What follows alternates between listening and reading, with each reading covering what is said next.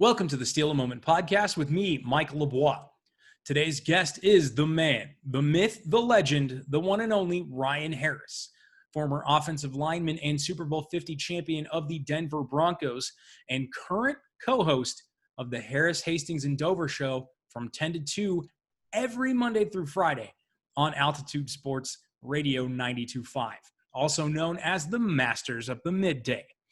Ryan and I have been good friends for the better part of the last 4 years. I was lucky enough to work with Ryan on his first radio endeavor with Nate Kreckman as the afternoon show on 92.5. And back then, actually, it was AM 950, which was even cooler to watch them transition over to the FM station. Ryan is a big advocate in the community and is a very, very busy man. So I was very happy to get a short period of time to talk to him about the state of the world right now, the state of the NFL, and what he's looking forward to in the future. He's a very passionate man and a very intelligent man, has a lot of really good advice for all of us in this podcast. I highly suggest that you let Ryan and I steal a moment.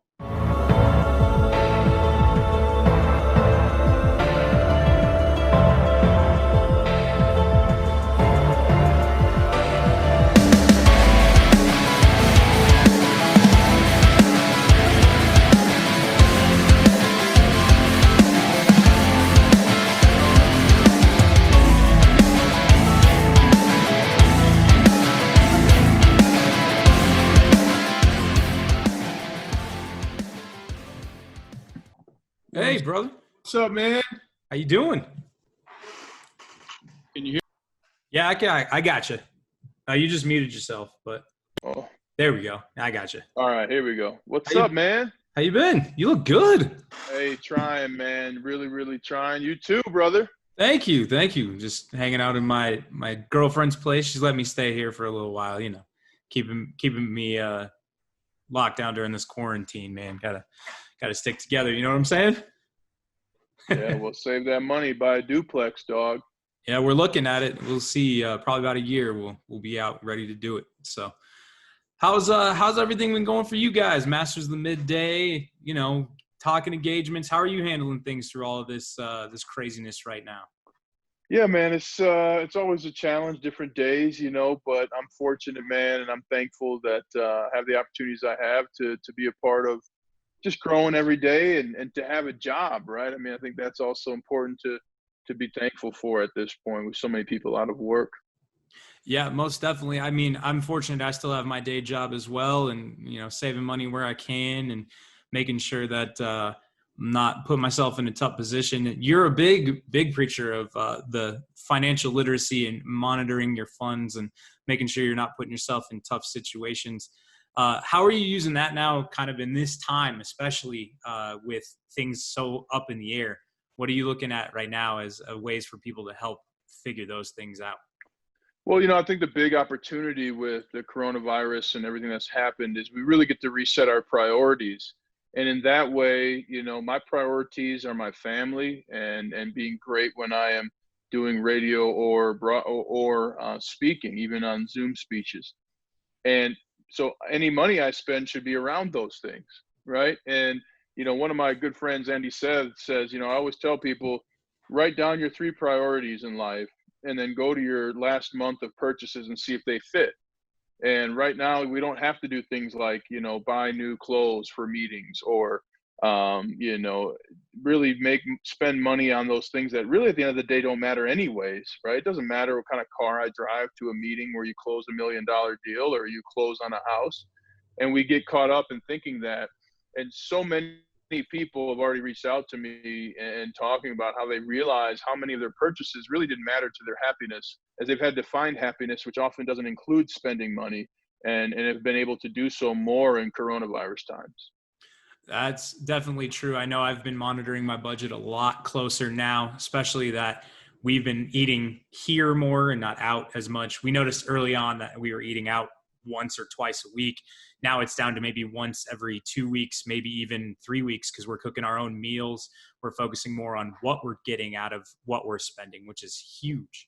On top of that, we're looking at potential situation where we may not have the NFL this year. We may not have certain sports. We saw what happened with the Marlins today while we're recording this. I believe 10 players have been diagnosed with COVID-19, so they're canceling series there. Do you have any advice for those athletes right now who are potentially not going to see game checks or see situations like that? What are you seeing for them in that aspect as well? Well, and that's a point, that I've talked about a lot. Probably 70% of the NFL is broke right now. And so you've got to make sure that you put yourself in a position to have savings. Every economics person or money manager will tell you to have 6 months savings. Well, here we are in about month 5, right, of no income for a lot of people.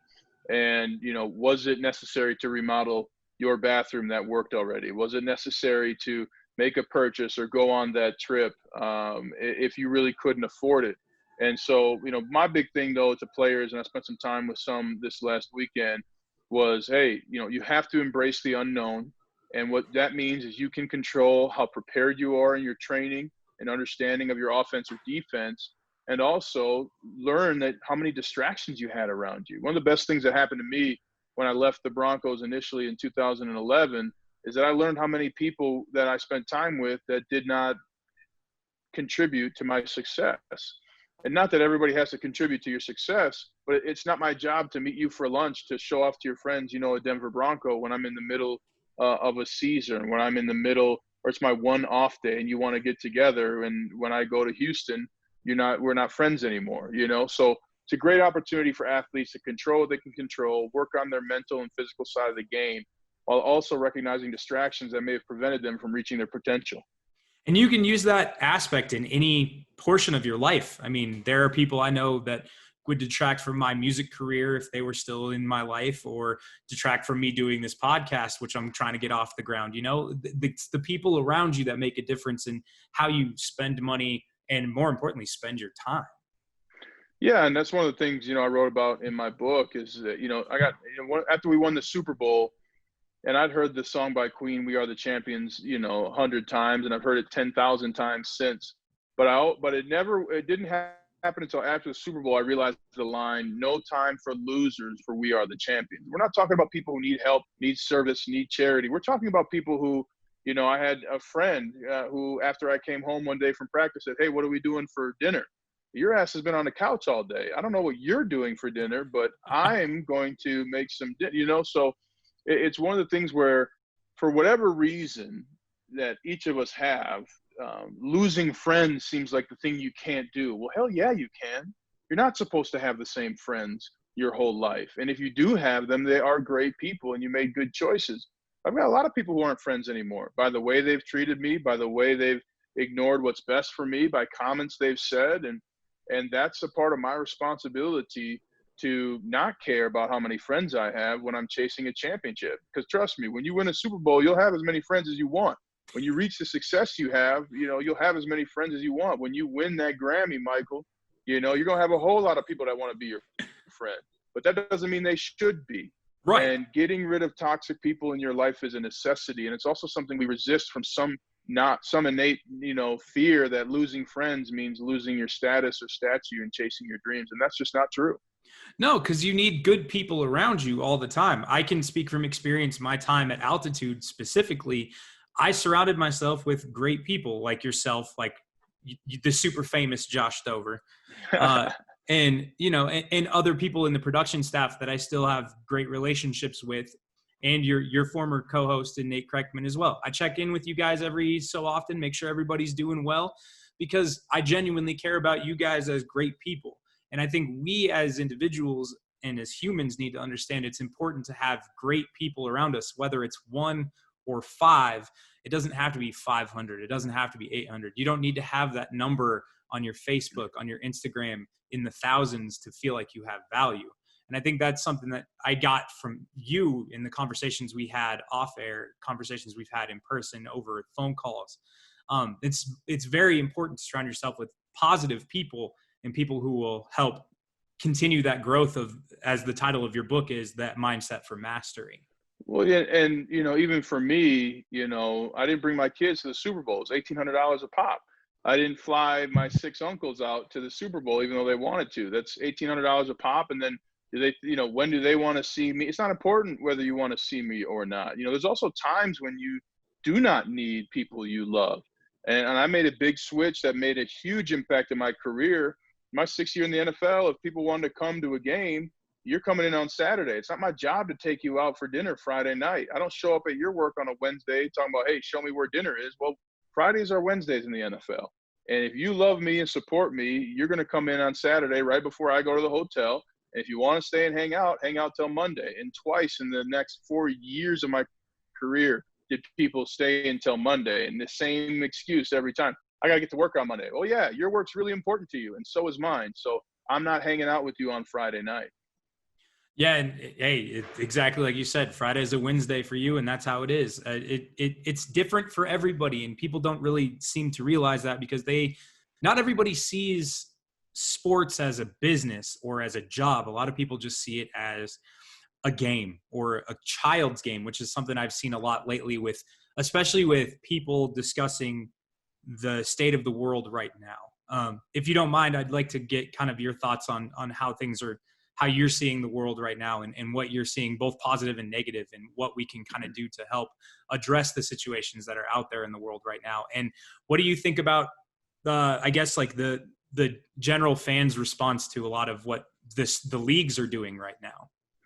Yeah, I'm hopeful. I'm hopeful because, no longer do I have to carry by myself or people who look like me the fact that it's dangerous. Even if you and I are in the same situation, it's dangerous for me to be around members of the police community who are not upstanding citizens. That racism is an issue that threatens my life and the life of my children. My brother's 19 years old. He is 21 times more likely to die from a gunshot wound being unarmed from a police officer. That's unacceptable. And so I'm hopeful that we can get some accountability in the police community, and also beyond the police community, systematic injustice in the justice system, as well as healthcare and education. So it's good. I fear what has happened in the past is happening now again. You hear people say, well, I don't support Black Lives Matter because, the organization is a little Marxist. Well, that's what they said about Dr. Martin Luther King. And that was J. Edgar Hoover who said he was a communist trying to ruin America.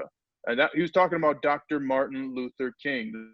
The Black Panthers is an organization that began by serving food to kids before they went to school and after school. I mean, think about branding them terrorists because they wanted equality and were providing a service that the government wouldn't provide. And we're seeing it again with Black Lives Matter. Listen, there's an organization called Feed the Children. If you don't like that organization, can you still believe that, Feed the Children should be a message that there's no child in this country that should go hungry because of who their parents are, where they are born? And it's the same thing with Black Lives Matter. Whatever you think about the organization, do not let that twist you from the fact that Black lives do not matter right now. They do not matter in routine traffic stops. They do not matter if you're a 16-year-old boy walking home with a mask on your face. They do not matter to my nephew, who on Halloween, in a half-mile walk from my mother-in-law's house to my house, had 2 police officers jump out of their car, one with their hand on their gun, screaming at him to stop and show them their hands. They were on Halloween, and somebody called and said there's 2 black kids walking around the neighborhood and they look suspicious. And these are things that have gotten people killed. And Black lives do not matter right now to most people. And I understand that you may feel that it's not in your life to change that, but it absolutely is, because American citizens are dying for no reason. American citizens have less opportunity for no reason. And more than anything, when people see me, they do not see a Notre Dame graduate with 2 degrees and 3.5 years who played 10 years in the NFL and, oh, by the way, is a husband and father of 3. They don't see that when they see me. My life does not matter in that regard, and that's as a Super Bowl champion. So we have to raise our expectations of what each other's capable of, and we have to keep those same expectations, whether it's you or me walking down the same street.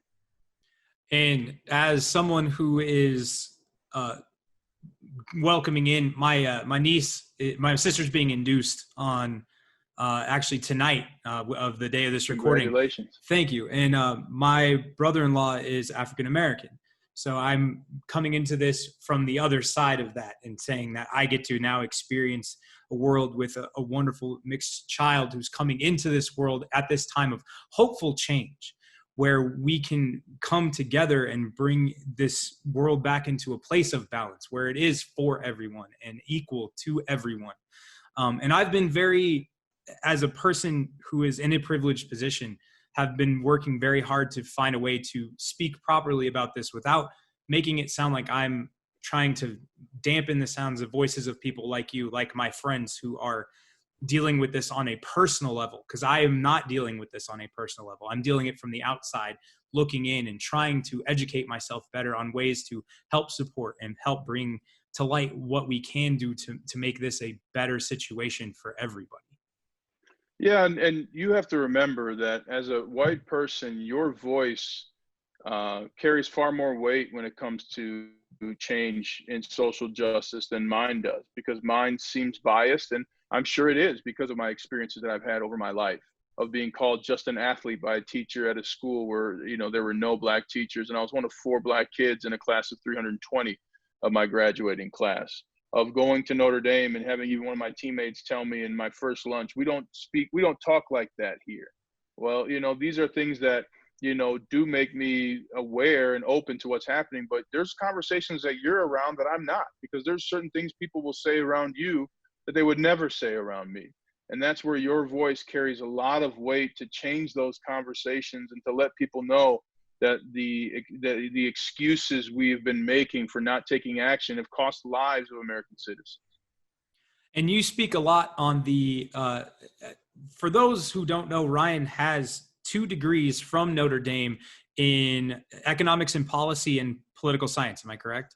That's right. Yeah. And you speak from experience in the positions of there is financial discrimination in this economy now and has been for decades. You're looking at housing differences, income rates, things like that. I've been following you on Twitter, man, through all of this. So I've been keeping an eye out on what you've been saying and trying to educate myself as best as possible. What are some ways that those situations can change for citizens, and what policies should we look towards in November to maybe change this in a favor of making it more equal and balanced? Well, the first one is, 15 states now spend $27,000 more on inmates than they do students. Should we be paying more for prisoners or students? Students. Let's ask fundamental questions, right? And that can prevent the expenditure then of people in incarceration. I mean, it's insane to think you would spend more money on crime than education. That's a fundamental imbalance that we have right now.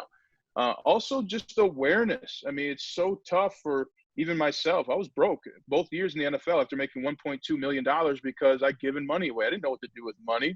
I didn't know to invest in the companies you use every day. I didn't know the value of paying off debt. I didn't even know you could pay off debt until my second year in the NFL. I grew up in a house where debt was the norm.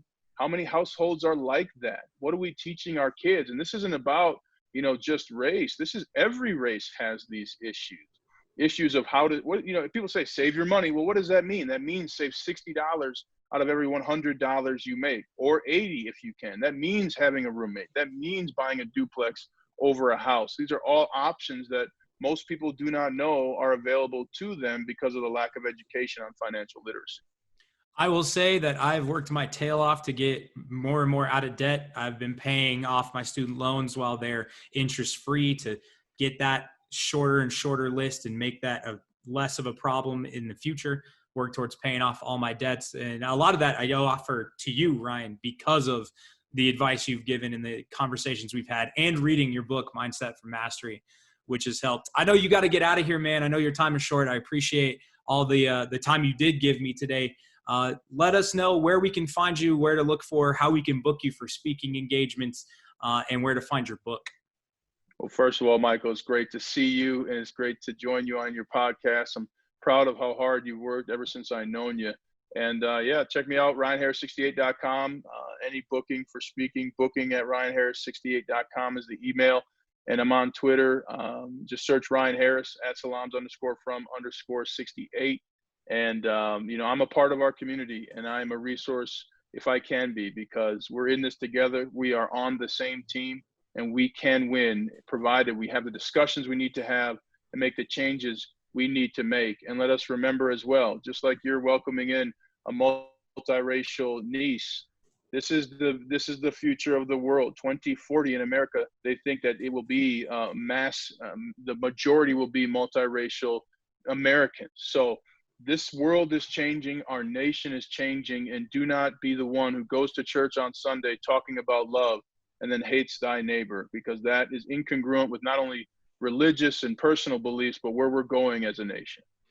Amen to that, my brother. Thank you so much, Ryan. I love you, man. I'll see you soon. Take care. Tell the family I said hello. Love you, brother. Keep grinding. You too. Later. It almost feels like someone else is living my life. 'Cause it almost feels